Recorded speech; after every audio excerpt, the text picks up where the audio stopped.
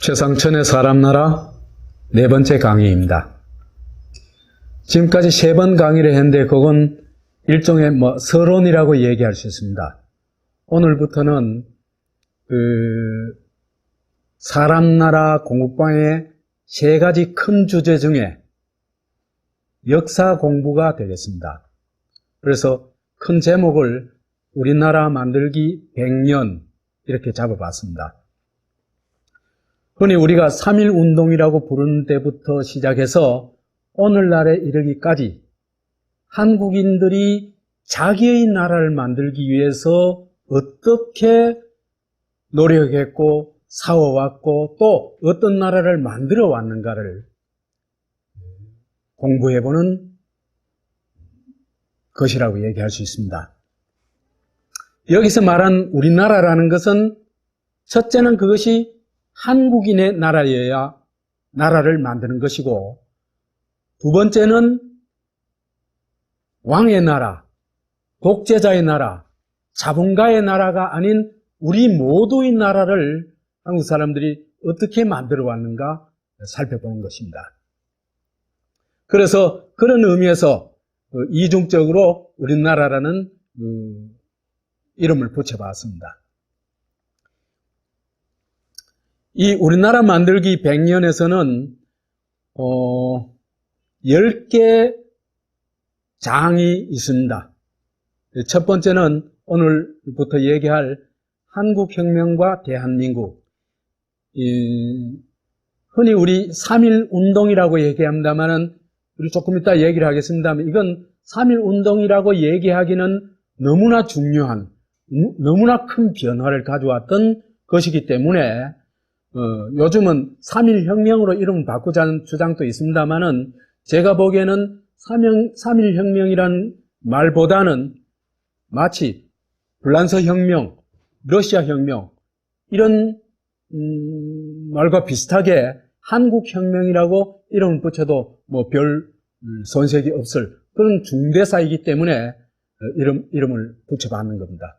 그 다음에 3.1 이 혁명의 결과 한국인이 만들어낸 대한민국이라는 나라도 또 우리가 아주 깊이 살펴보게 될 텐데, 이 대한민국이라는 나라도 당시로서는 정말 꿈의 공화국이었다, 이렇게 얘기를 할 수 있습니다. 그래서 이걸 우리가 제대로 살펴볼 것 같으면 한국인들이 어떤 나라를 꿈꿔왔는지 제대로 이해할 수 있을 것입니다. 그래서 어떻게 보면은 이 1919년에 꿨던 한국인의 대한민국의 꿈이 아직도 완성되지 못하고 그 완성을 향해서 나가고 있다, 이렇게 얘기할 수도 있을 것 같습니다.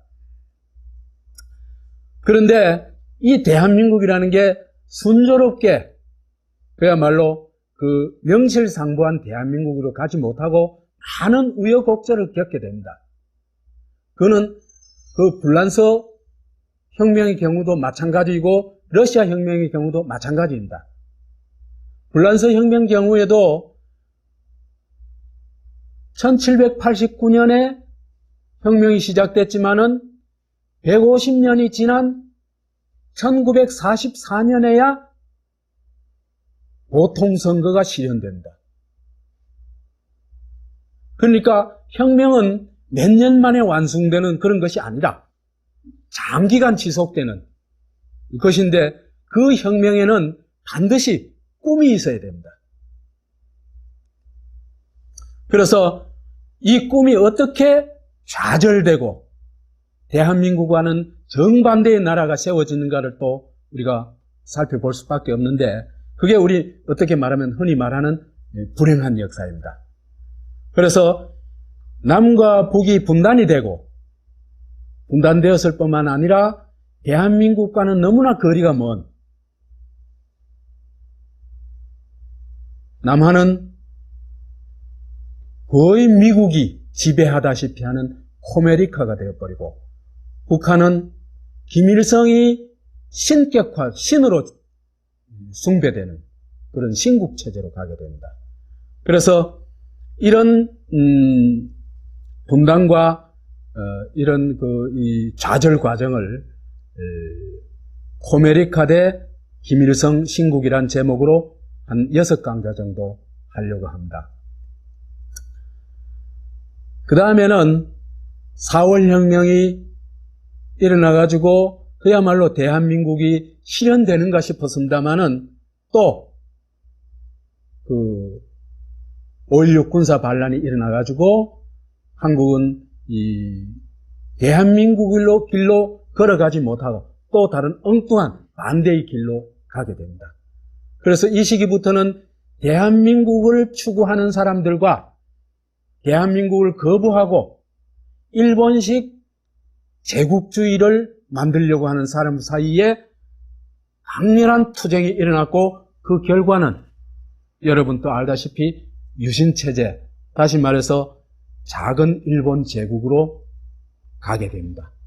그래서 이 시기를 대한민국과 박정희, 일본 이름으로 오카모토가 대결하는 시기다. 이렇게 봐서 제목을 대한민국 대 오카모토 시기로 잡아봤습니다. 그 다음에는 이게 이제 제2의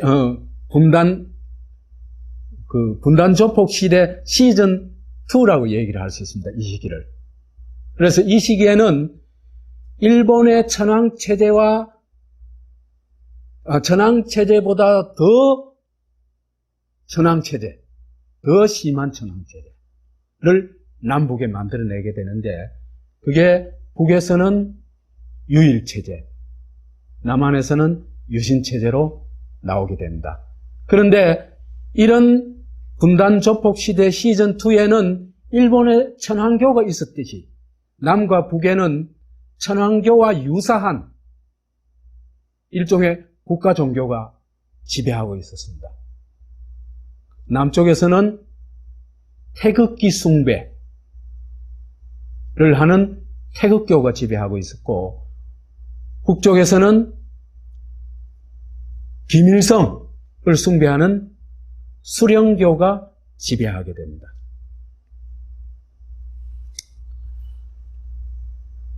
이런 어떤 분단 조폭 체제가 구축되는 과정에서 이 북에서는 거의 분단 조폭 체제가 그러니까 막 고착이 돼가지고 완전히 이제 어떤 누구도 저항할 수 없는 완벽한 어떤 천황 체제가 구축이 됩니다. 지금까지도 유지되고 있고요.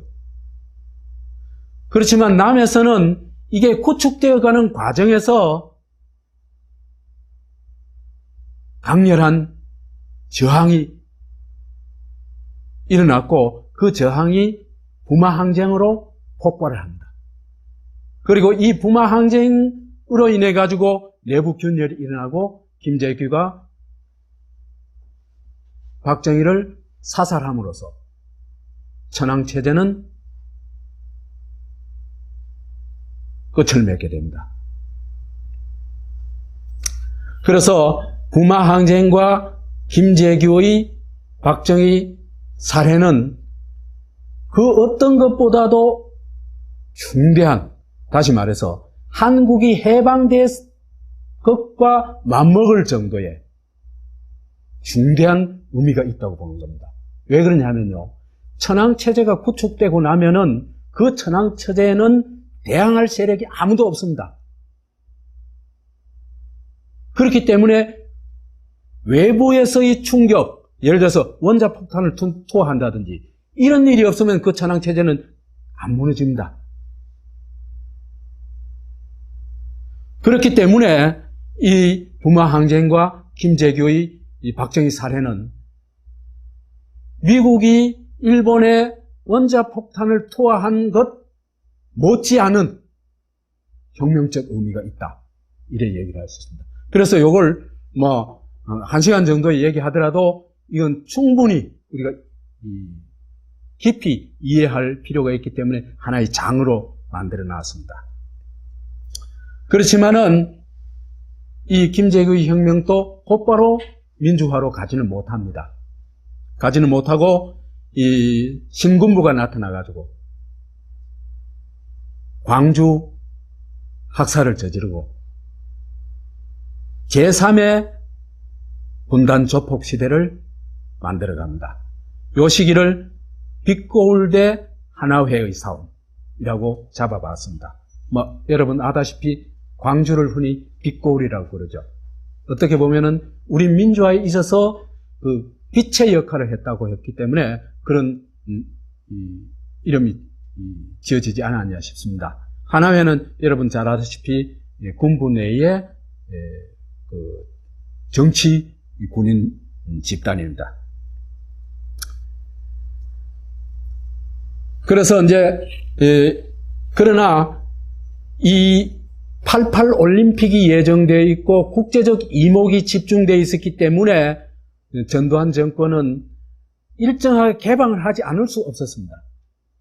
그런 과정 속에서 한국 사회에서 이 민주화 세력들이 광범하게 결집하게 되고 그게 87년에 민주대항쟁으로 나타나게 됩니다.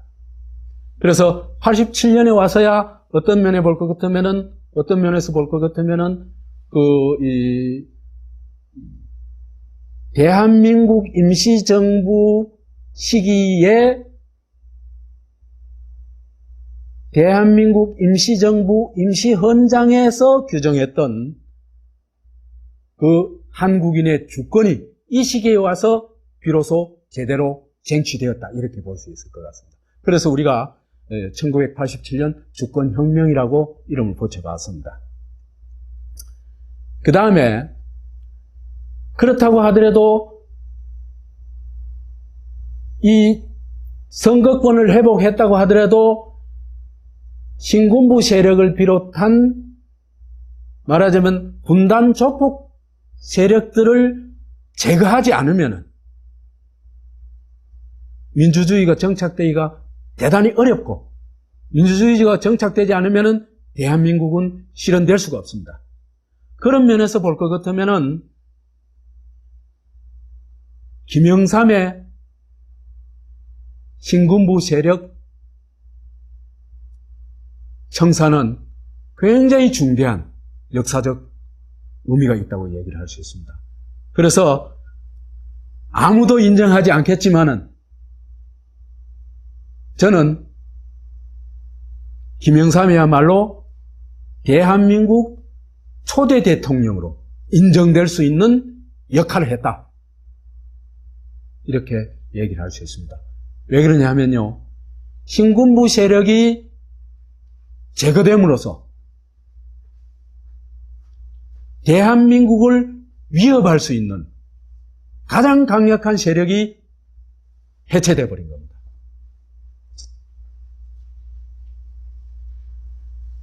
그래서 이런 기조 위에서 이제는 한국이 그 위기도, IMF 위기도 맞습니다만은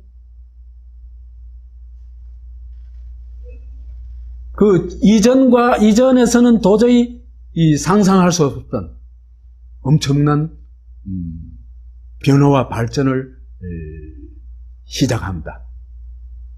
그래서 김대중 정권이 집권하면서요, 한국 사회는 엄청난 변화를 하게 되는데 아마도 한국 역사상 시대의 첨단 산업이 세계를 리드했던 적은 김대중 정권 시기가 우리 역사상 처음이었습니다.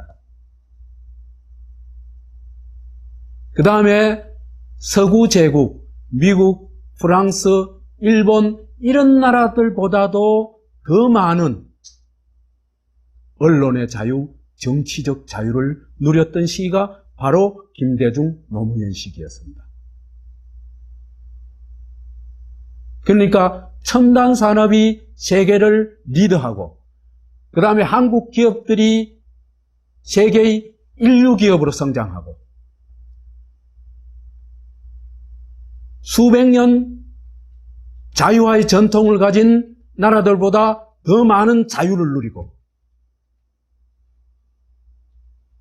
이런 나라를 단 10년 만에 만들어냈습니다. 그런 우리 역사에 있어서 우리 나중에 이걸 좀 더 상세하게 얘기를 하겠습니다만은 제3의 황금 시대다 이렇게 얘기를 할 수 있습니다. 제1의 황금 시대는 영토가 가장 넓었던 광개토왕 시대.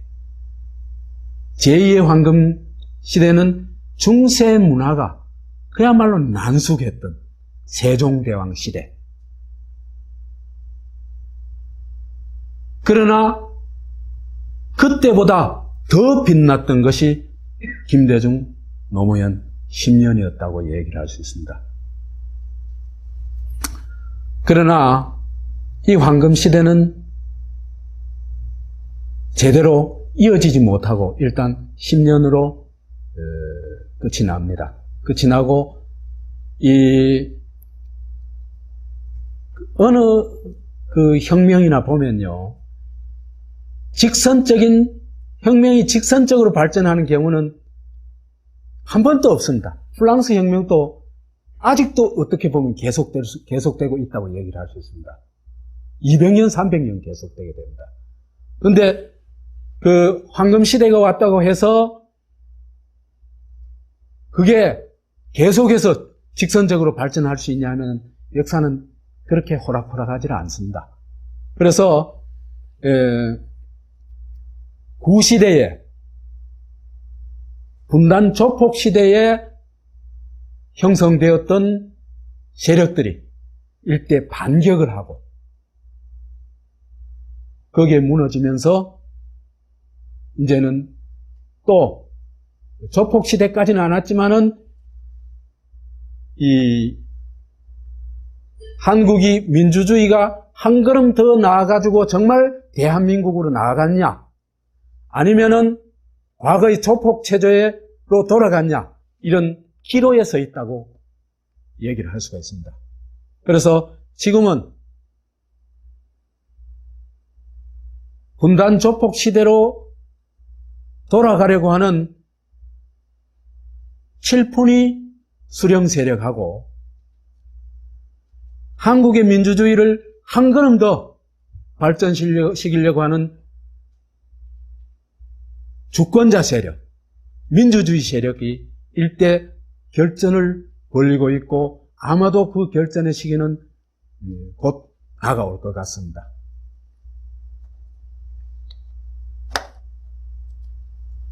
그래서 오늘 우리나라 만들기 100년의 10개 장 중에서 첫째 장, 한국혁명과 대한민국이란 주제를 가지고 얘기를 할 텐데, 여기에는 3개 작은 주제를 나눠봤습니다. 하나는 한국혁명과 대한민국의 탄생, 두 번째는 대한민국의 진화, 세 번째는 대한민국 대 대일본 제국.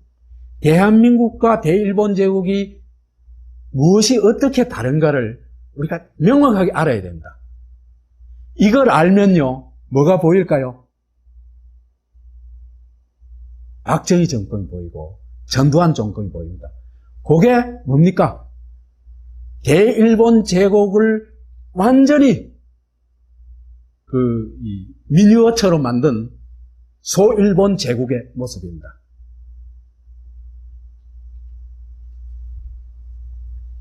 그래서 대한민국과 대일본 제국의 정체를 정확하게 아는 것은 정말 중요한 공부거리라고 얘기할 수 있습니다.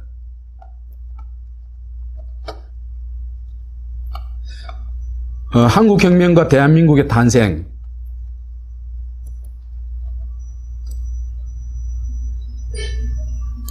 우선 우리가 3.1 운동이라고 이제 지금까지 공식적으로는 그렇게 얘기를 하고 있는데, 이게 굉장히 부적절한 언어예요. 바르게 살기 운동, 그죠? 농촌 계몽 운동, 그 다음에 무상급식 운동, 이런 거하고도 차별성이 안 날 정도예요. 그죠? 3.1 그 독립투쟁과 그 이후에 생겨난 대한민국 임시정부라는 거는 어떻게 보면 우리 역사에서 엄청난 중요한 사건인데, 이렇게 이 운동이라는 이름을 붙이는 게 대단히 부적절하거든요. 그래서 이 이름을 제대로, 흔히 말하는 네이밍을 제대로 하는 것도 굉장히 중요합니다. 그 이름을 보면, 그게 뭔다 확 알게 되겠죠. 그죠? 예를 들면은, 광주 폭동, 그러면 뭡니까? 그죠? 광주 민주화 운동, 그 다음에 광주 항쟁, 그 다음에 광주 민주 공동체, 의미가 전혀 다릅니다. 그렇죠, 그죠? 그래서 그렇게 볼 때 3.1 운동이란 말은 대단히 부적절한데, 이게 왜 이래 돼버렸냐 하면요, 일제하에서뿐만 아니라 해방 이후에 재헌헌법 초안에서도 3.1 혁명이라고 얘기를 하고 있습니다. 근데 누가 이걸 3.1 운동으로 바꿔버렸냐 하면은 이승만이 바꿔버렸습니다. 이승만은 혁명 알러지가 있는 사람이에요. 혁명 가면은 이거는 도저히 용납하지를 못하는 사람이에요. 그러니까 이 사람이 타고나 어떻게 보면 반공주의자죠. 그죠? 그래서 민중은 어디까지나 통치의 대상이지, 계몽의 대상이지, 교도의 대상이지, 역사의 주체가 아니라는 겁니다. 이런 사람 눈에 3.1 혁명이라는 거는 용납이 안 되겠죠. 그래서 3.1 운동으로 고칠 걸 강요를 하고 결국 그렇게 됩니다. 그러다 보니까 이제 최근에 3.1 혁명 명칭을 되살리자, 이런 운동이 이제 일어나고 있습니다. 작년에요, 3.1 혁명 100주년 기념사업 추진위원회가 결성되어 가지고 작년 2월입니다. 명백하게 군주 주권을 거부하고 민주공화제 국가를 탄생시켰는데 이게 어떻게 운동이냐? 이건 당연히 혁명이라고 불러야 된다. 그래서 이제 3.1 혁명이라고 붙여보자, 이런 주장이 나왔지만 아직까지 큰 반향을 일으키고 있지는 못합니다. 살기 바쁘니까 이런 데 관심 갖기 어렵겠죠.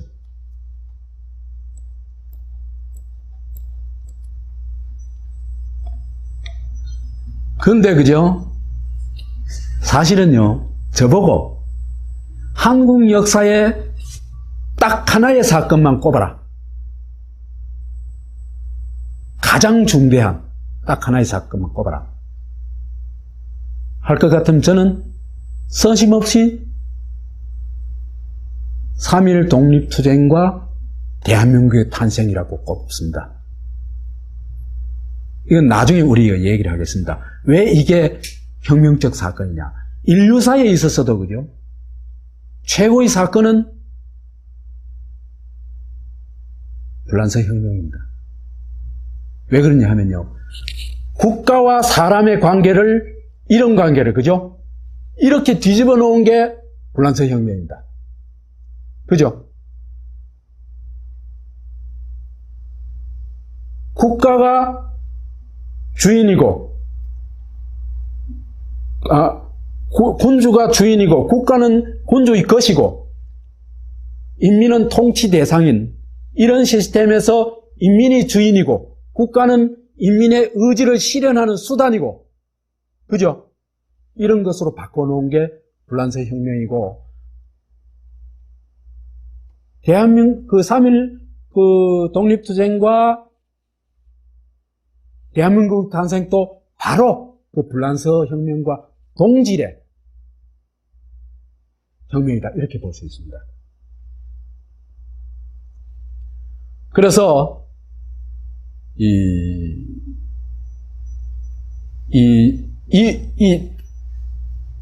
3.1 독립투쟁과 대한민국의 탄생 요 일련의 과정은 프랑스 혁명이나 러시아 혁명과 맞먹는 동급의 같은 수준의 주권혁명이다. 이렇게 얘기할 수 있습니다. 그리고요, 신의 혁명만 하더라도 이 중국이 이제 이 왕조를 타도하고 그 중화민국을 수립하죠, 그죠? 이거 이제 신의 혁명 아닙니까? 신의 혁명만 하더라도 최소한도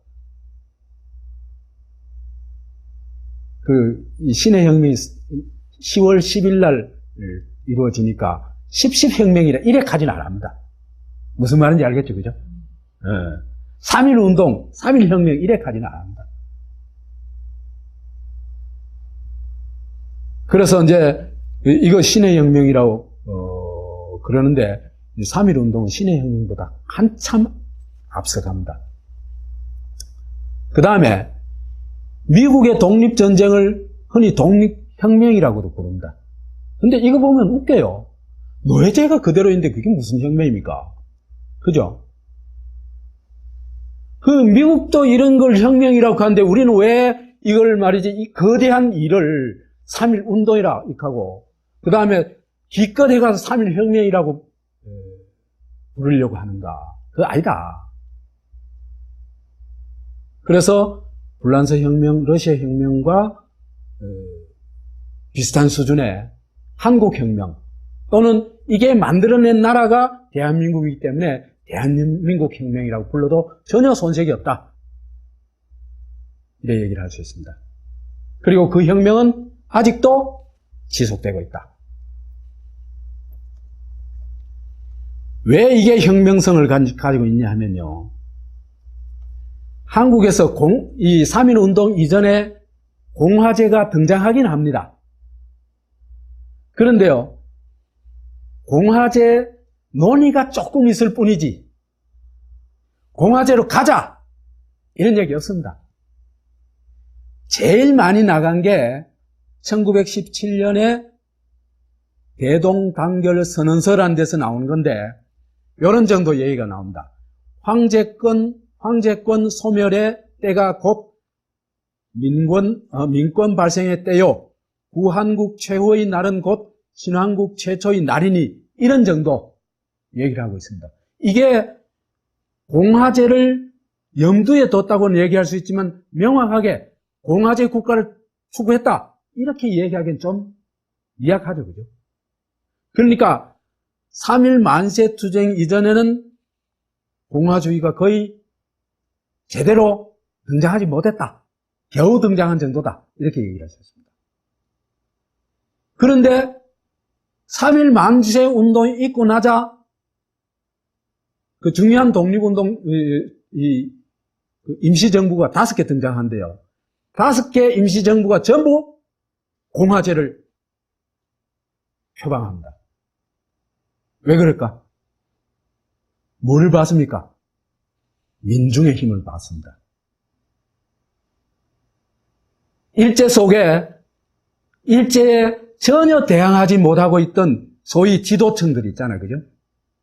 명망가들. 이 사람들이 들불처럼 번지는 민중의 만세 시위를 보고 정말 경악을 한 겁니다. 이제는 민중을 무시한 국가는 이제 도저히 만들 수 없게 된 겁니다.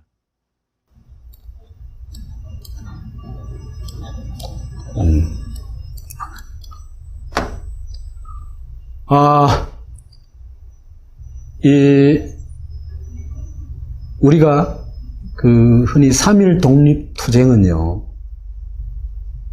다른 나라의 독립투쟁하고는 굉장히 다른 아주 독특한 특징들이 있습니다.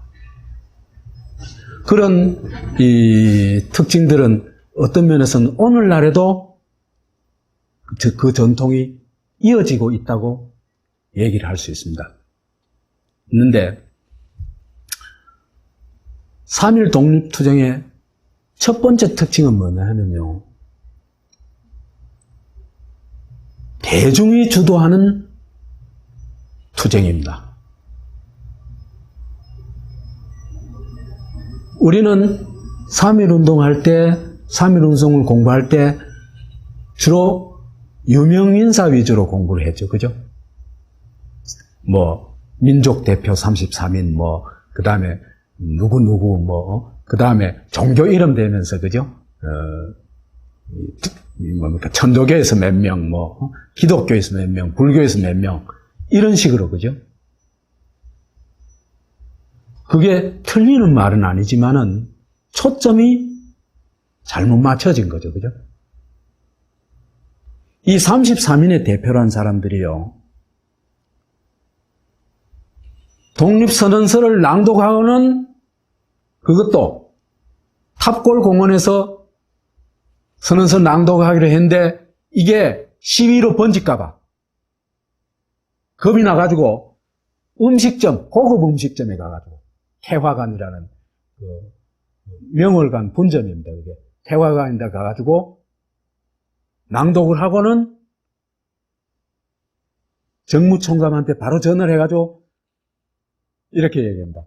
우리 독립선언서 서명자 일동이 명월관 지점에 구속 연행될 것을 기다리고 있습니다. 이렇게 얘기를 합니다. 참 대단한 사람들이죠, 그죠? 그러니까 우리를 알아서 처리해 주십시오. 우리가 저 민중의 편도 아니고 오히려 일본을 반대하는 사람들이 아닙니다. 이걸 지금 얘기하는 겁니다. 그죠?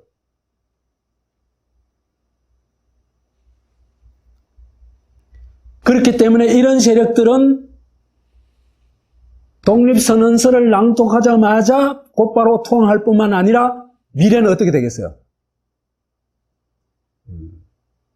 타협 노선으로 갈 수밖에 없겠죠. 그죠? 그 타협 노선으로 가다 그래도 타협 노선 정도로 가면은 있잖아요. 그죠? 봐줄 근거가 있습니다. 그죠? 아니, 그 많은 재산 말이야. 다 뺏기는 거 좀 아깝잖아 말이지. 봐줄 수 있습니다. 그죠? 한국 사람들은 그런 정이 많잖아. 그죠? 그런데 이게 더 나가면 뭐로 갑니까? 앞잡이로 가봅니다. 그죠? 그건 좀 곤란하죠. 여하튼 일제협력파, 일제 앞잡이로 이 사람들이 갈 수밖에 없습니다. 그렇더라도 이들이 독립선언서를 낭독한 그 자체만으로도 나는 높이 평가하고 싶습니다. 왜 그러냐면요. 한국인의 가슴 속에 저 깊숙하게 있던 독립이라는 그 단어를 끄집어내 준 거거든요. 그 역할도 저는 대단히 중요한 역할이라고 생각을 합니다.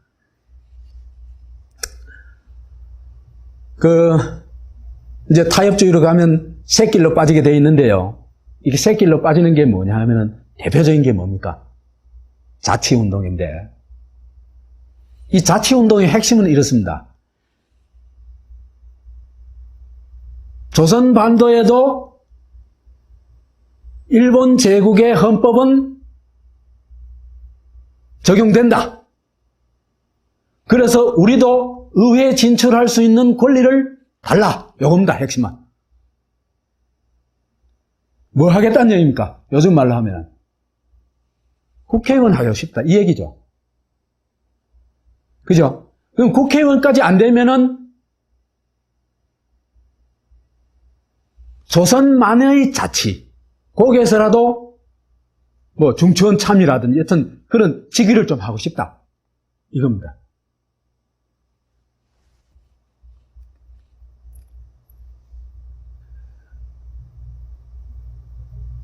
이들 지도자들이, 그죠? 지도자, 명망가들이 지금은 이제 빠르게 벗어나고 있습니다. 여기에서. 한 5년 전까지만 해도, 그죠? 지도청이란 얘기를 많이 썼습니다. 그죠? 지도층은 어떤 사람들입니까? 한 뼘을 하는 사람들이죠. 그죠? 응? 한 뼘을 하는 사람들. 그 다음에 또 직업군으로 볼 것 같으면은 변호사, 교수, 뭐 몇 개 직업군이 있습니다. 그죠? 이 사람들 지도층이라 그래요. 근데 요즘은 그 지도층이라는 얘기를 못합니다. 그죠? 하면은 욕 억수로 먹습니다. 근데 여하튼 이 한국인의 소위 그 상류층들이 가지고 있는 정말 심각한 문제가 자신들은 지도층, 지도자고 민중은 그 지도의 대상이라고 보는 겁니다.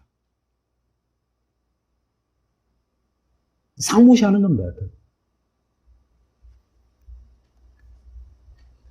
대체로 고학력, 부유층, 또 언론, 학교를 장악하고 있는 사람들, 이런 사람들이 그렇게 자신을 그렇게 생각하고 있는 겁니다. 근데요, 이 지도층은 대부분 기회주의자고 카멜레온적인 능력을 가지고 있는 사람들입니다. 이제 이광수가 쓴 성웅 이순신이라는 거 있잖아요, 그죠? 그런 게 이제 정말 간사한 인간이 어떤 작품을 만들어낸가를 전형적으로 보여주는 작품이 성웅 이순신 작품입니다.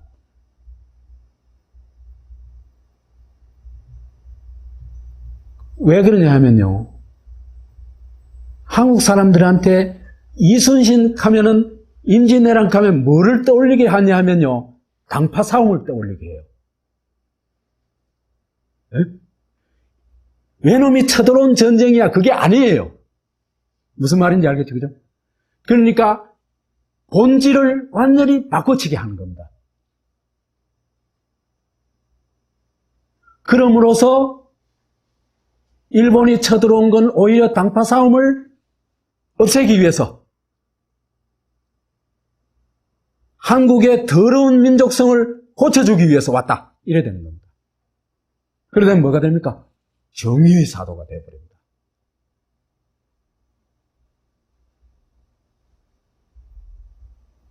그래서 이제 이런 식의 이제 말하자면 이 강교한 트릭들을 만들어 놔놓고 한국 민중한테 와가지고는 지도자인 양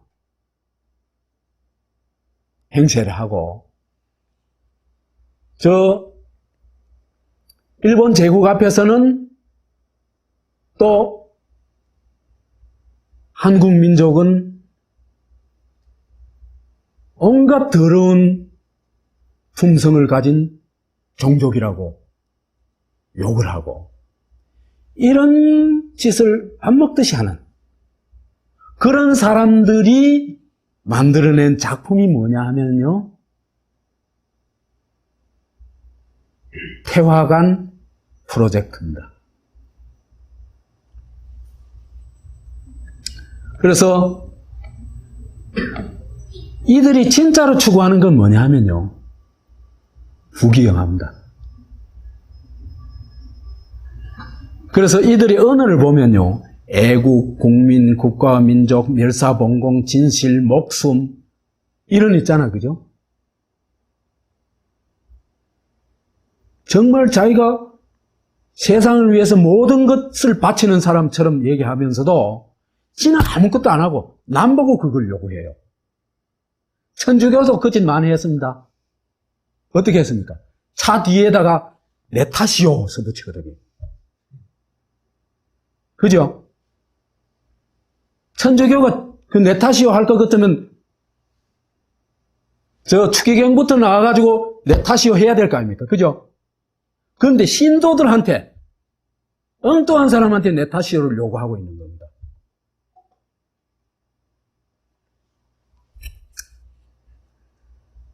그래서 한국에서, 그죠? 저는 법으로라도 제정을 해야 된다고 생각해요. 재산이 10억 이상인 자는 대통령, 국회의원, 지방자치단체 단체장, 피선거권을 제한해야 된다고 봐요.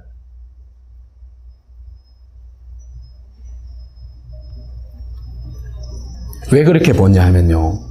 제가 17년 정도 교수 생활했거든요. 고액 봉급 받고 생활했습니다. 근데 제가 17년 동안 교수 받고 생활했는데 재산 형성이 안 됩니다. 그건 무슨 얘기입니까? 그건 그죠? 한국에서 재산 형성은 두 가지입니다. 그죠? 하나는 불법적인 재산 축적을 하든지 아니면은 인정사정 볼 것 없이 봉급 드론 쪽쪽 모으는 거. 그 두 가지 방법밖에 없습니다. 그 두 가지 사람 다 정치인 되면 안 되겠죠? 그렇죠? 왜? 한쪽은 부정한 방법으로 재산을 축적한 사람이 그 사람은 신뢰할 수가 없죠. 그렇죠? 그 다음에 남 생각은 한 푼 넣지도 않은 사람이 정치 지도자가 돼서는 안 되겠죠.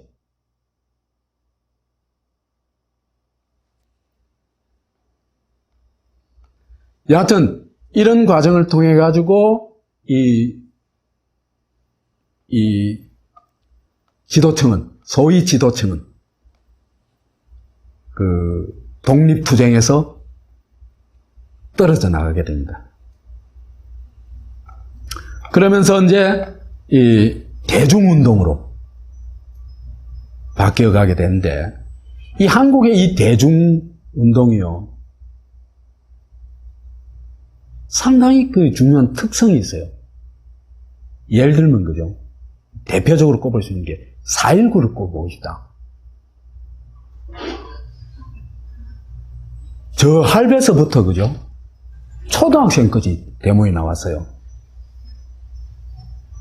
그게 뭐겠습니까? 아주 진실에 대한 또는 정의에 대한 순수한 마음들 아니겠어요? 그죠?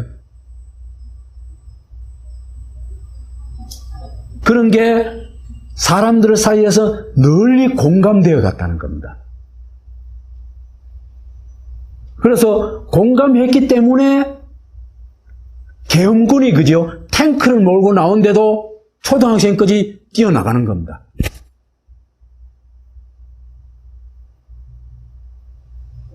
이런 공감, 대중적 공감이 대중이 주도한 투쟁에 밑바탕이 됐다. 이렇게 볼 수 있습니다.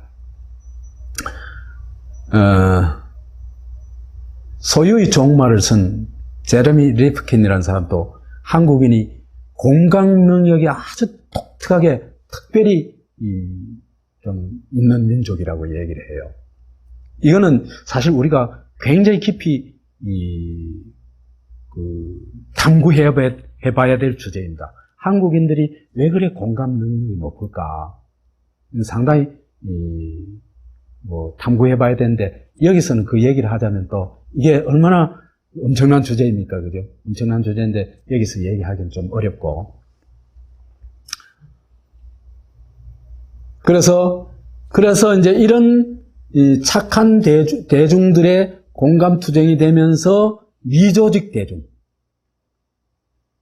그 당시에 조직 대중은 별로 없었습니다. 그죠? 조직을 놔두지도 안 하고. 소위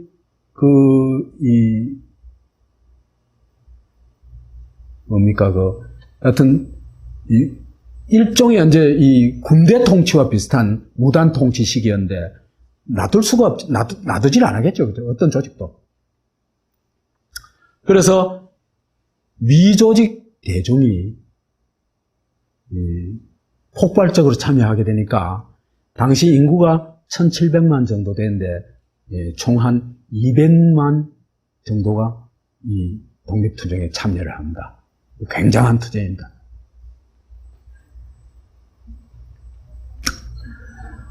그 다음에 또 하나의 특징은 비폭력 평화투쟁이라는 것입니다. 만약에 이때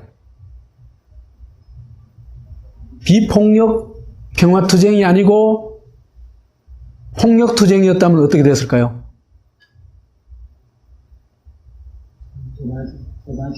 수십만 죽었을 겁니다, 아마. 수십만 죽었고 성과도 그렇게 나오기 어려웠을 겁니다. 그러니까 이 비폭력 평화투쟁을 했기 때문에 이게 소수투쟁으로 그치지 않고, 그죠? 전국적으로 확산해 나갈 수 있습니다. 계층을 넘어가지고.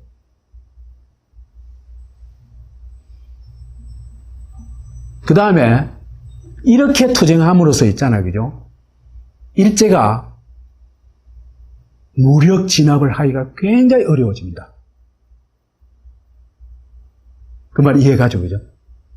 세계의 이목이라는 것도 있거든요. 그래서 이런 평화주의야말로 이 무력 진압을 어렵게 할 뿐만 아니라 무단 통치에 대한, 폭력 통치에 대한 도덕적인 승리를 불러냅니다.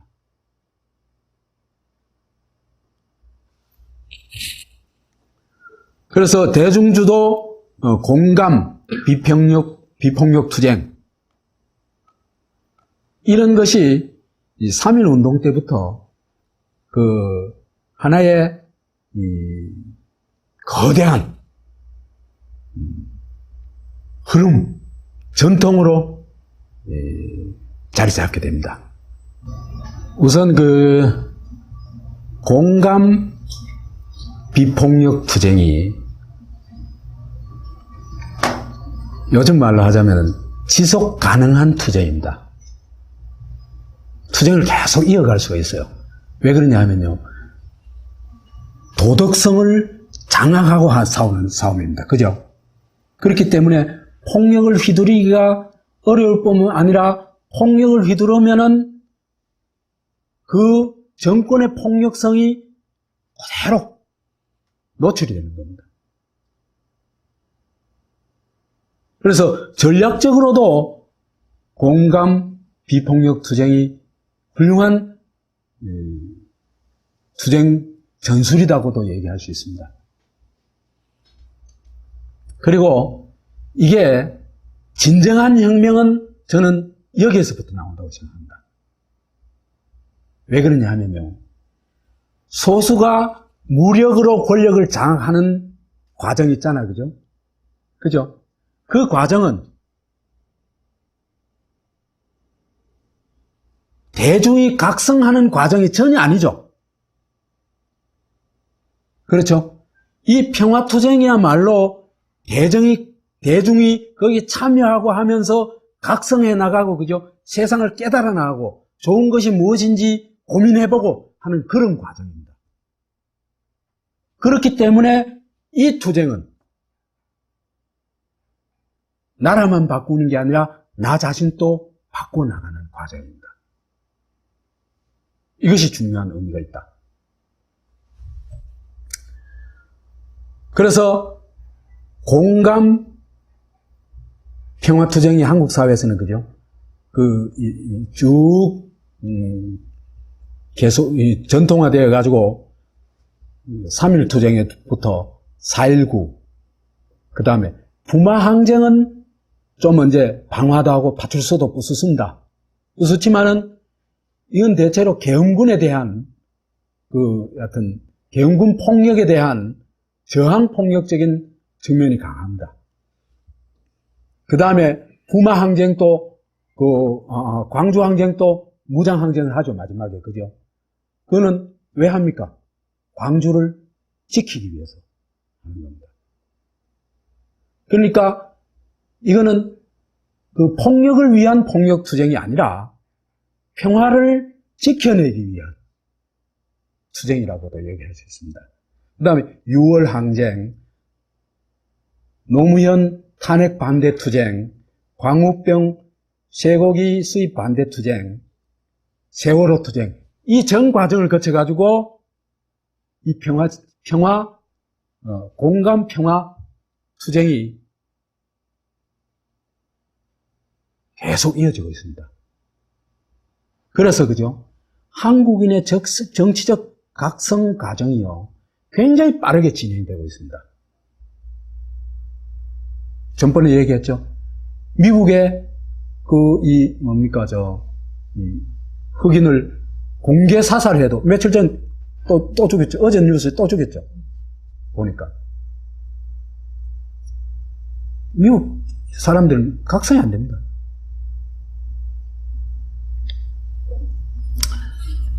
그래서 이제 이런 게 이제 하나의 그 형태로 정착하게 되는데, 그게 촛불 시위로 정착하게 되는 거로 생각합니다. 그래서 이런 싸움은 있잖아요, 그죠? 대체로 볼 것 같으면 여론 싸움이라고 얘기할 수 있겠죠, 그죠? 여론을 누가 주도하느냐, 그 싸움이라고 할 수 있는데, 그래서 지금도 볼 것 같으면 이 여론 면에 있어서는 이 평화투쟁이 정권보다도 훨씬 강력한 힘을 발휘해 나가고 있다, 이래 볼 수 있습니다. 그렇다면요, 지금 또 한국에 이런 전통이 살아있다면은 대중 주도의 공감 평화혁명이 저는 가능하다고 생각합니다. 예컨대 대통령 선거에서 많은 사람들이 공감할 수 있는 정책 대안을 20개, 30개 말고 딱 서너 개만 제시하고 그걸 정말 같이 해보자고 호소한다면은, 대중이 공감하기만 하면은 거대한 혁명으로 발전할 수 있다고 생각을 합니다. 그런데 지금까지 대통령 후보로 출마한 사람들, 그죠? 한 번도 그런 시도를 안 해봤습니다. 왜? 이 한국인의 공감 능력에 대한 이해가 좀 제대로 없었기 때문이 아닌가 하는 생각이 듭니다.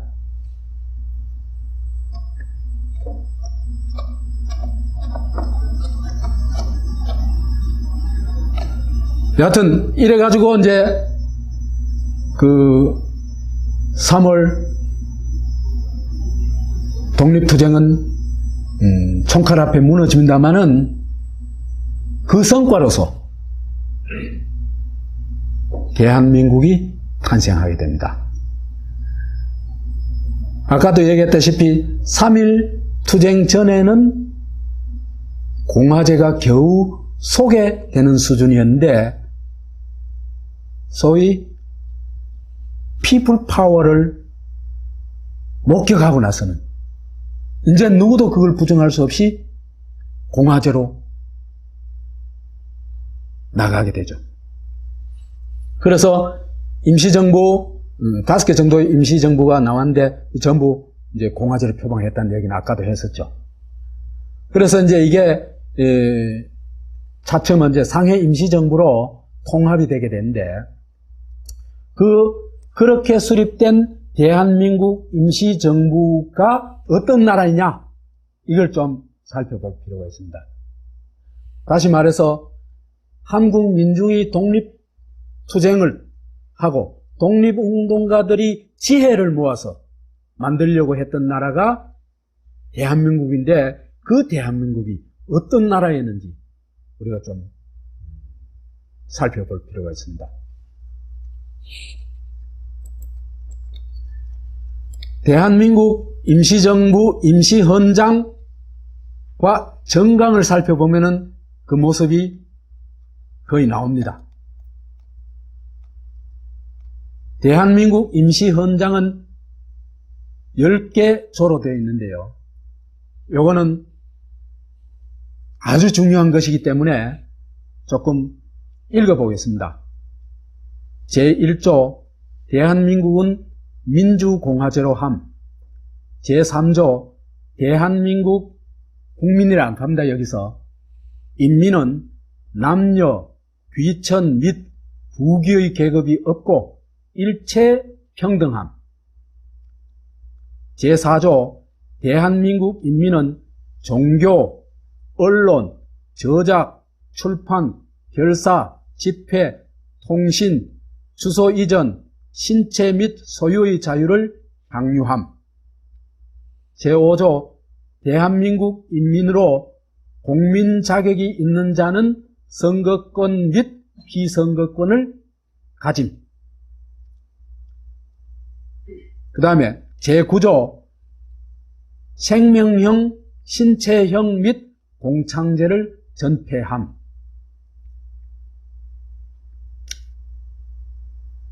이것도 굉장히 앞선 겁니다.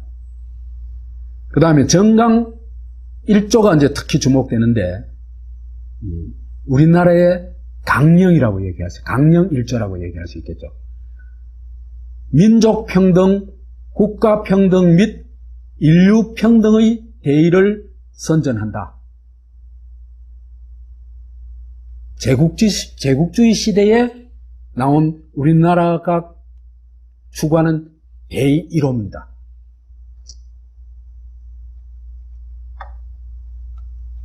이런 대한민국은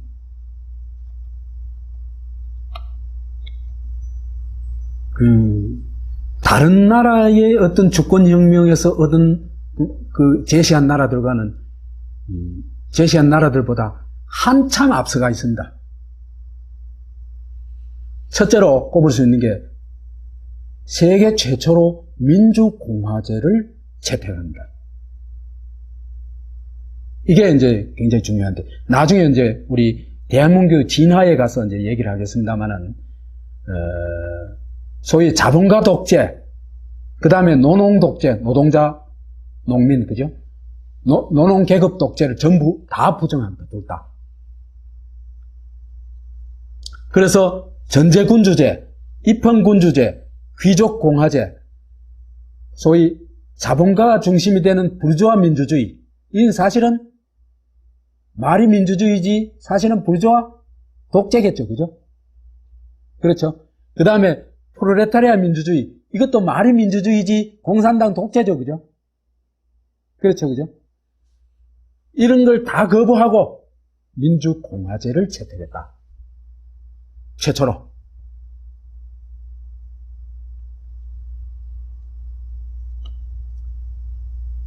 그런데 이 민주공화제가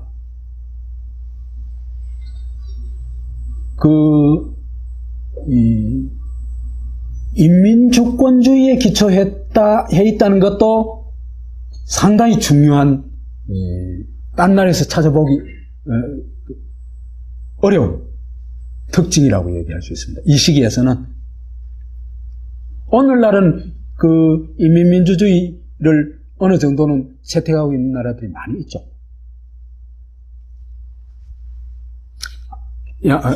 인민주권주의.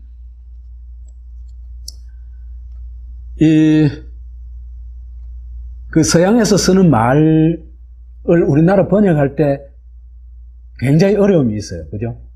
그 나라 말하고 우리 말하고 다르기 때문에. 영화 더빙하는 게 있죠. 그죠? 그건 전부 100% 오역입니다. 왜 그래요? 왜 그리 오역입니까? 높임말, 낮춤말 외국인 없어요. 우리말은 다 높임말, 낮춤말식으로 번역을 하죠. 그죠? 그건 오역이라까지 하실 때는 정확한 번역이 될 수가 없습니다. 그죠? 그러다 보니까 학술 용어들도 우리나라 말로 번역할 때는 안 맞는 게 굉장히 많습니다. 그래서 이제 이 주권에 관한 것도 그런 건데요. 군주 주권에 반대되는 주권 형태를 두 가지로 꼽습니다. 하나는 National Sovereignty, 그 다음에 popular sovereignty. 이렇게 두 가지를 꼽는데, 이걸 어떻게 번역하냐 하면은, national을 국민이라고 번역해요. 국민 아닙니다. 국민, 서양에서 갈 때 뭐라 합니까? 전부 people이라고 그러죠. 국민을 얘기할 때는. 우리식으로 국민을 얘기할 때는. 그죠? people이라고 합니다. 절대로 national 안 갑니다. 그럼 이건 오역이라는 얘기입니다. 그죠? 뭐냐 하면, 나라가, 군주가 주권을 가지고 있는 게 아니라, 나라가 주권체다. 이 얘기입니다. 이걸 국가 주권주의라고 번역해야 옳겠죠. 그죠?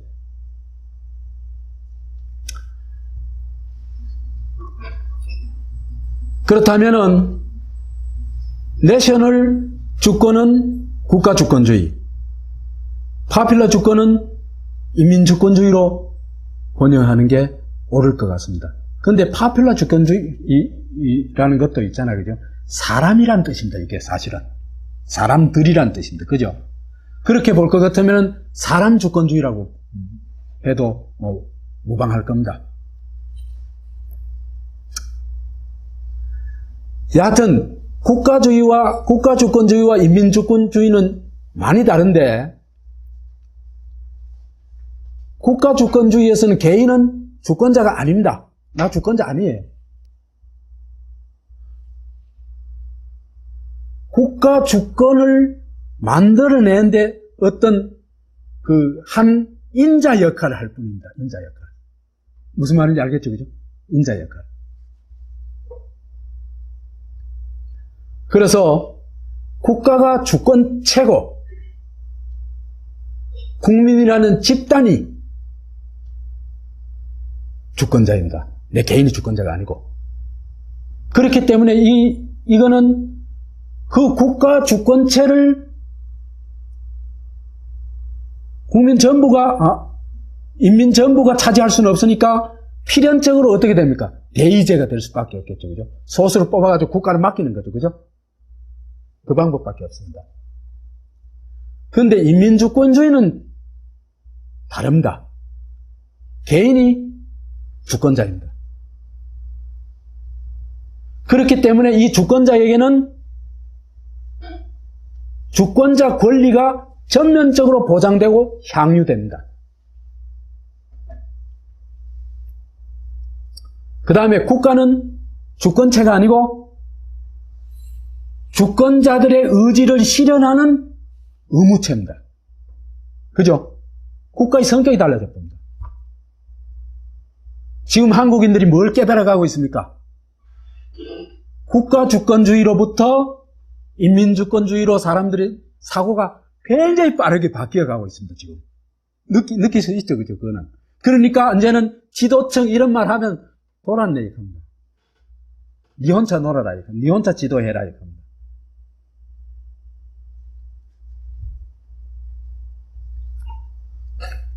그렇기 때문에 여기는 대의제를 한다 하더라도 직접 민주주의적인 여러 가지 방법들을 반드시 도입을 해야 됩니다.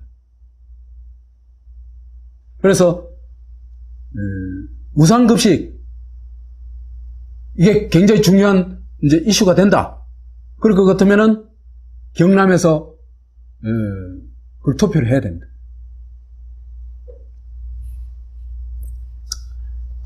이런 걸 지금 제일 많이 하고 있는 나라가 스위스죠. 직접 민주주의적 투표를 제일 많이 하고 있는 나라가. 그래서 이제 이런 인민주권주의에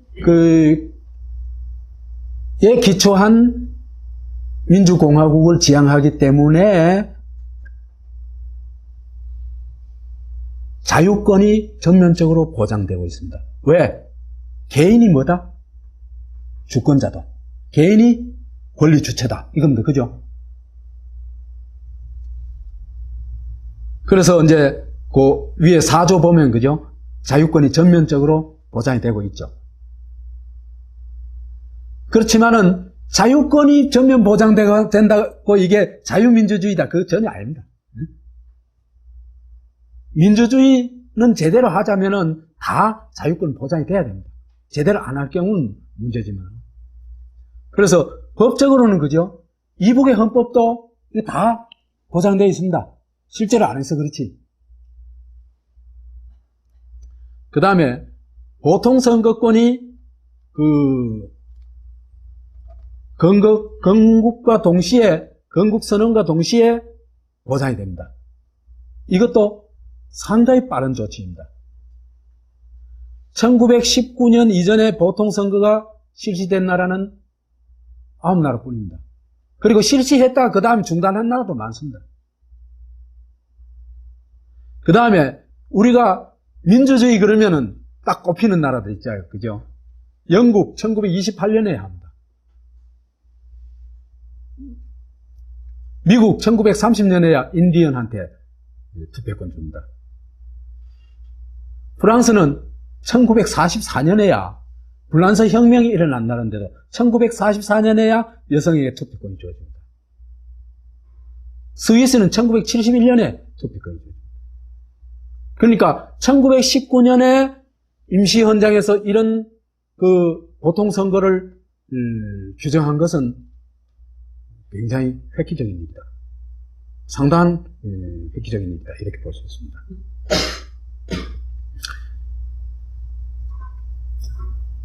이런 임시헌장의 정신이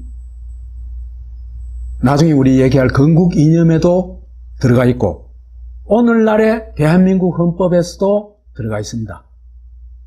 다시 말해서 이 3.1 독립투쟁과 대한민국 탄생에서 우리가 구상했던 대한민국의 기본적인 세 가지 가치는, 세 가지 기본적인 것은 누구도 이제는 거부할 수가 없습니다. 이게 우리가 굉장히 큰 자산을 가지고 있는 겁니다. 그래서 이제 첫 번째로 꼽을 수 있는 게 민주공화국이라는 거. 이건요, 박정희도 거부 못해요. 민주공화국이라는 건. 그래서 헌법 제1조 1항에 나오죠. 그죠? 이걸 헌법 2조에 넣겠다, 이렇게 하면 이건 뭐 큰일 납니다. 그죠? 그 다음에 이 민주권주의. 이게 이제 국민이라는 말이 적절하지 못하지는 하지만은 사실은 인민주권주의를 표현하고 있는 말입니다. 이 말이. 대한민국의 주권은 국민에게 있고 모든 권력은 국민으로부터 나온다. 이건 누구도 거부 못한다. 박정희 때 이거 살짝 바꿨죠. 바꿨지만 뭐 지금은 도저히 이제 그런 일은 일어날 수가 없습니다. 그 다음에 주권자 권리가 세세하게 보장됩니다. 기본권으로 보장이 되는데 우리 헌법에 제10조에서부터 37조까지 엄청나게 많이 열거해놨습니다. 그게 현실화되는 데는, 실제가 되는 데는 얼마나 걸렸습니까? 한 60년 걸렸습니다.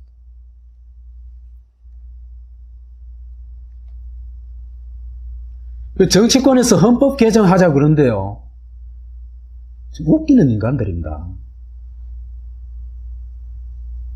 지금 헌법요, 진짜 고쳐야 될 거 있긴 있습니다. 뭡니까? 영토 규정, 그죠? 그 다음에 통일 규정. 통일 규정 이전에 뭘 해야 됩니까? 통일하자면은 조선민주주의 인민공화국은 국가다 하는 걸 인정을 해야 되죠. 인정을 하지 않으면은 통일이라는 말 자체가 성립이 안 됩니다. 그죠? 그렇죠? 그 다음에 교육, 근로, 납세, 국방 이런 걸 의무라고 국민의 의무다 이렇게 해놔놨어요. 그거 잘못된 겁니다. 이건 국가의 의무입니다. 이런 걸 바꿔야 된다. 헌법을 바꾸자면. 그런데 이거 바꾸자 한 사람 한 사람도 없어요. 뭘 바꾸자 합니까? 대통령 5년 단임제를 바꾸자 이렇게 얘기를 합니다. 그 다음에 대통령에 집중되어 있는 권력을 분산시키자 이렇게 얘기를 합니다. 그거 아닙니다. 지금요, 헌법에 나와 있는 대로 국무총리가 국무위원 재청권만 제대로 행사해도, 그죠? 대통령 권한은 지금 반으로 줄어들 겁니다. 헌법대로 안 했을 뿐입니다. 그죠? 그러면 진짜 해야 될 일은 뭐냐? 5년 단임제하는 이거 굉장히 좋은 겁니다. 대통령 오래 하면 달라요. 그래서 나는 오히려 4년 단임제로 하자. 확 줄여가지고. 그래서 이제 진짜 헌법을 지금 법 개정을 하려면은 옛날에 그죠? 헌법에는 멋진 간판 달아놔놓고 법률에 가가지고 그걸 완전히 뭉개버리는 겁니다. 그죠? 그러면은 헌법에서는 불가침의 기본권이라고 양심의 자유를 또 정해놔놓고는 국가보안법에 가면 북한에 대해서 뭐 찬양 아니라 북한에 대해서 긍정적인 얘기만 해도 이거는 처벌을 받게 되죠. 그게 무슨 양심의 자유예요? 그죠? 그러니까 지금 바꿔야 될 게 뭐냐 하면은 법률을 전부 헌법에 맞게 뜯어 고쳐야 됩니다. 이 국가적 사업입니다. 그 다음에 법률에서도 좀 제대로 해놔놨는데 그걸 어디 가서 좀 막아놓냐 하면은 시행령에 가서 막아버립니다. 그 다음 시행령에 해놔놔도 시행세칙에 가서 막아버립니다. 그러면요, 헌법에 아무리 휘황찬란하게 해놔놔도 실현되는 건 아무것도 없습니다. 그죠? 그 진짜 정치인들이 해야 될 거는 이 일인데 엉뚱한 소리를 자꾸 하고 있는 겁니다. 그게 왜 그러냐? 무식해서 그러냐? 아닙니다. 그 사람들 지 나름대로는 머리 든 거 많습니다. 그런데 머리 든 건 많은데 마음의 욕심들 때문에 그렇습니다. 그냥 욕심이 나가지고.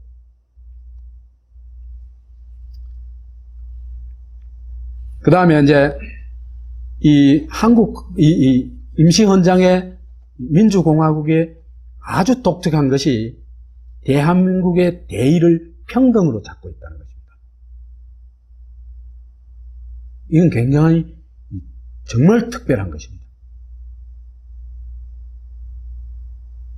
그래서 이제 임시헌장 3조에 대한민국 인민은 남녀 귀천 및 부귀의 계급이 없고 일체평등하만 합니까? 그죠? 이게 구체화될 때는 어떻게 될지는 이제 이 법률과 또 정책과 이런 게 필요하겠죠, 그죠? 근데 이거는 우리 다음 시간에 얘기할 대한민국의 진화에 가서 그게 나타납니다. 평등이 어떻게 이루어지는지 나타납니다. 그 다음에 국내에서의 계급이 없고 평등하다는 것만이 아니라 세계도 이제는 침략하고 억압하고 이런 불평등 관계를 거부하는 겁니다.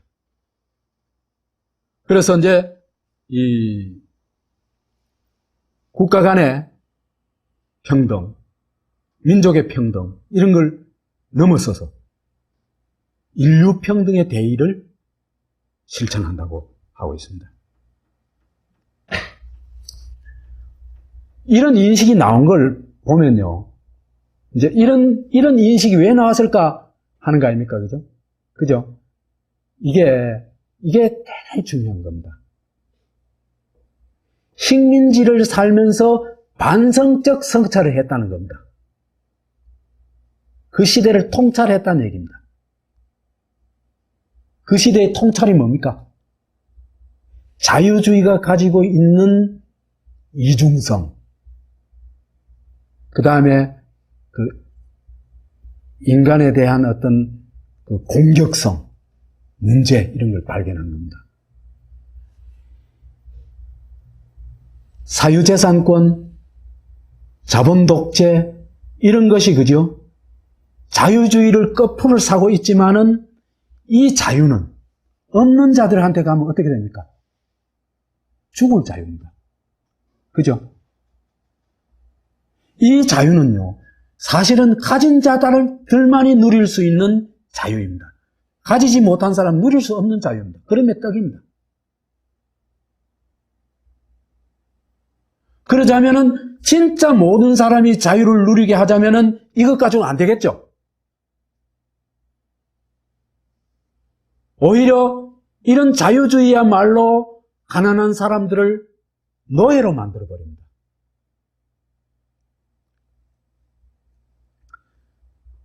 그래서 껍데기는 자유주의지만 속은 보니까 제국주의고, 그죠? 자본 독재고, 그렇더라는 겁니다. 그래서 진정한 민주공화국을 추진한다면은 반드시 차별을 반대하고 인간 평등을 추구하고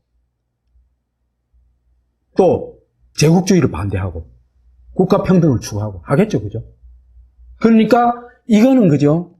독립운동가들이 철저히 시대를 통찰하고 성찰한 결과 나온 것입니다. 이게 그냥 이상만 갖다 쭉 나열해놨다, 그게 아닙니다. 그렇기 때문에 우리의 이 독립운동가들이 위대한 겁니다.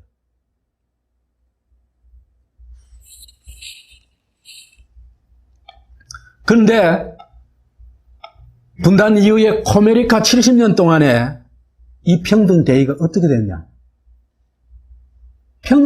평등이라고 생긴 평등은 다 좁부숴버렸죠. 그렇죠, 그죠?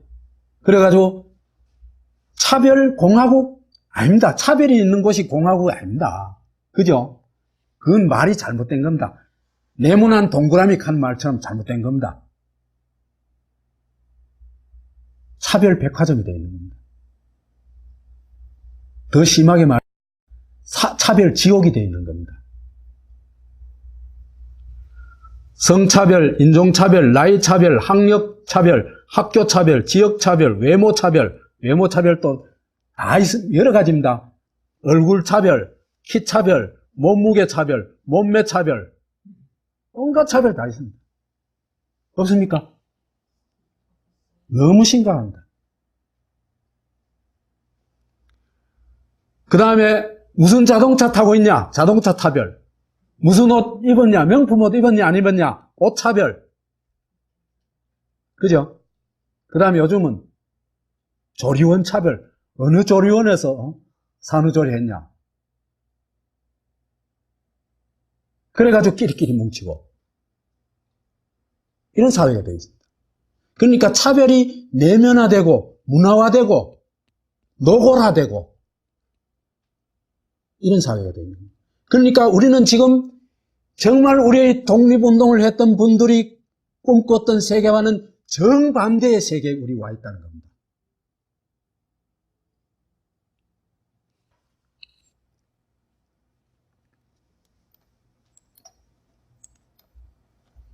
이렇게 볼 때 우리가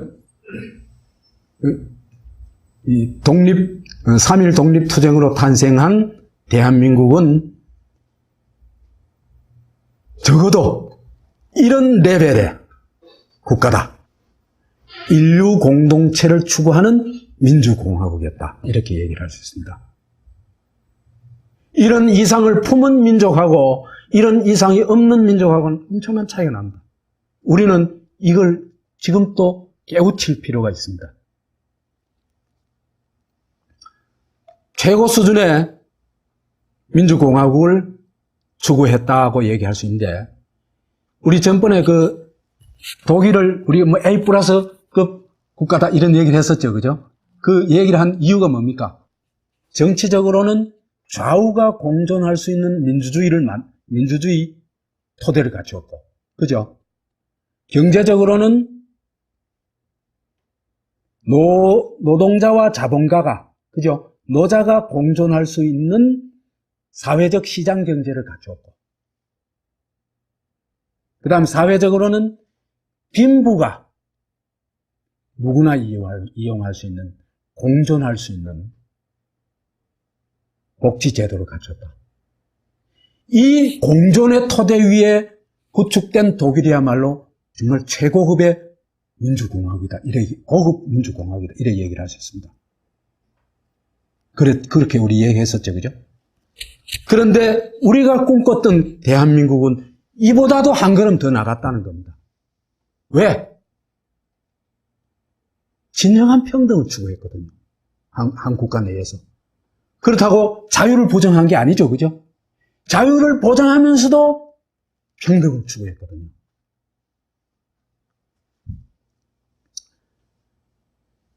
이런 평등 대의가 단지 그 국가 내에 평등 사회를 실현하는 걸 넘어가지고 대동세계를 꿈꾸게 됩니다. 대동세계까지 추구하게 됩니다. 그래서 이런 국가의 꿈을 갖는다는 것은 그죠?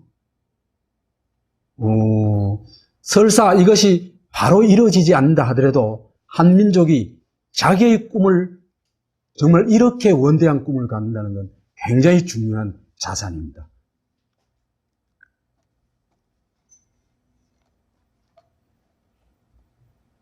자, 이렇게 보니까요, 대한민국이 그냥 보통의 나라가 아니죠. 불과 3일 독립선언서가 낭독되고 난 다음에 불과 40여일 만에 대한민국 임시정부가 1919년 4월 11일 날 건국이 됩니다. 대한민국 임시정부가 출범을 합니다.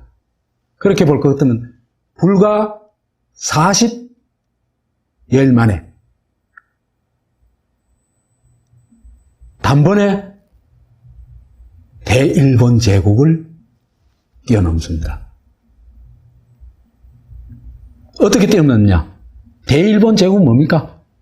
왕국이죠. 그죠? 그렇죠? 온갖 데코레이션을 달아놨, 천황이다, 신국이다, 온갖 거 다 달아놨지만, 뭡니까? 껍데기 포장했는 거 다 띄고 나면 그거 뭡니까? 왕국입니다. 그죠? 대한민국은 민주공화국입니다. 공화국 중에서도 최고급의 공화국입니다.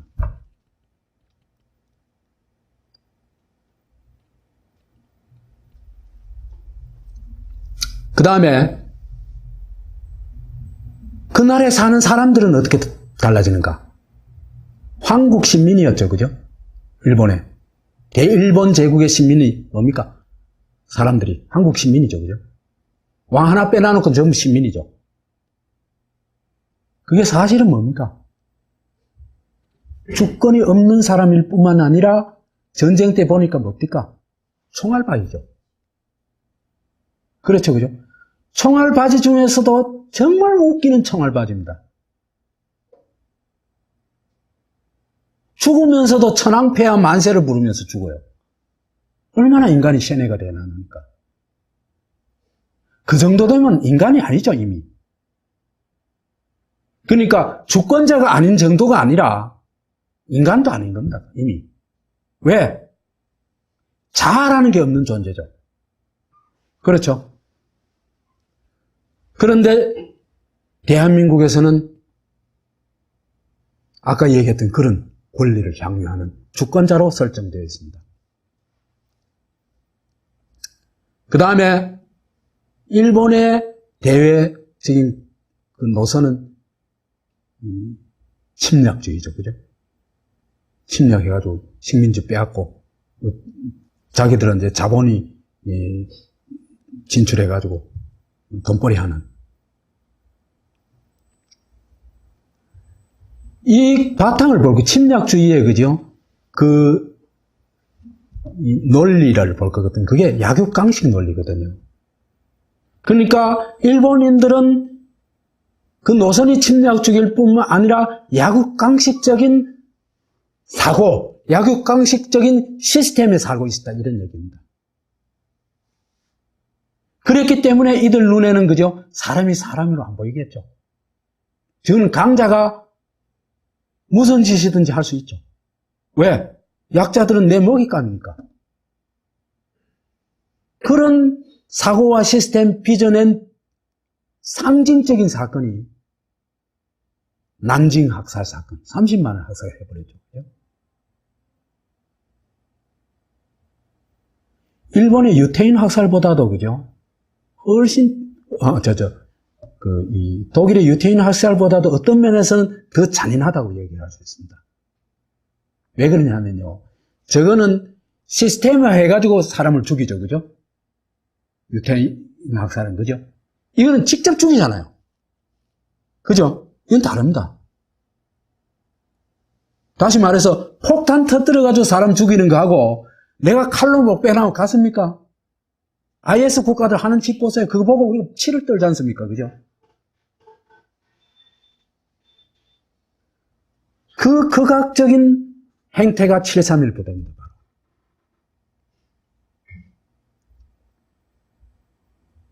그래서 우리가 이런 일본의 침략주의를 뛰어넘어가지고 국가와 국가의 평등, 평화 공존을 추구합니다. 이것은 안중근 의사의 동양 평화론을 계승한 것이라고 볼 수 있습니다.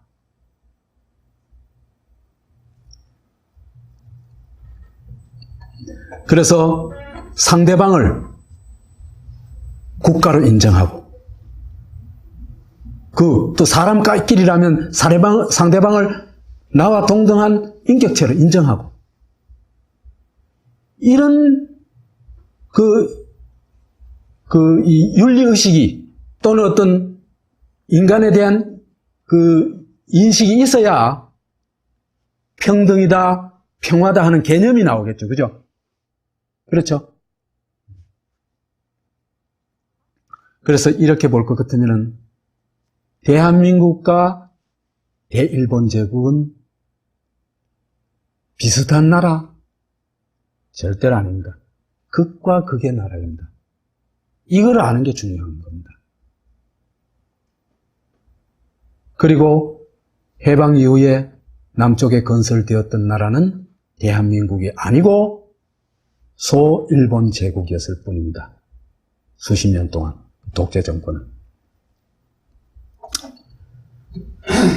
자, 마지막으로 이제 이런 어떤 비폭력 투쟁, 평등 평화주의가 세계사적으로 어느 정도 의미가 있을까? 이것도 한번 짚어볼 필요가 있을 것 같습니다. 우리가 비폭력 불복종 운동 그러면 간디를 꼽죠, 그죠? 그렇죠, 그죠? 그리고 제가 그 추적이 잘 안 되는데 3.1 운동의 영향을 간디가 좀 받지 않았을까 싶습니다. 왜 그러냐면 간디의 비폭력 운동이 3.1 운동 이후에 시작합니다. 3.1 운동 이전에는, 그죠? 간디가 무슨 짓을 했냐 하면은 인도인한테 영국군으로 나와가지고 싸우라고 요구합니다. 웃기죠, 그죠? 3.1 운동 이후에 이제 이 불복종 운동으로 합니다. 그래서 아마 상당히 영향이 있지 않았을까. 그 다음 네루도 이제 한국의 이제 3.1 운동을 대단히 높이 평가하고 있고, 이런 걸 봐서 인도의 불복종 운동 그룹에서는 3.1 운동이 상당히 중요한 자극제가 되지 않았을까 하는 그런 생각이 듭니다. 그건 제가 확인한 건 아닙니다. 그런데 간디의 불복종 운동이라는 거, 그리 대단한 거 아닙니다. 어떻게 보면 좀 약간, 과장되고, 그죠? 어떤 면에서는 또 뻥일 수도 있습니다. 이게요, 간디의 불복종 운동이 개개인의 도덕적 각성에 초점을 맞추고 있어요. 그거 불가능합니다. 개개인이 어떻게 다 각성합니까? 그러니까 이건 애초에 있잖아요. 그죠? 어떻게 보면 간디 광고물이라고 볼 수도 있습니다. 그 말이 이해갑니까? 네. 그 다음에요. 간디 불복종 운동에는 그 개인의 도덕적 각성에 초점을 맞춰 있기 때문에 평등사상, 그 다음에 사회사상, 건국사상 이런 게 거의 없습니다.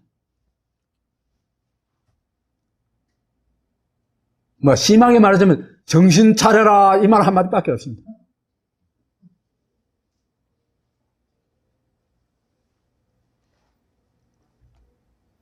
그러다 보니까 카스트조차 부정을 안 해요.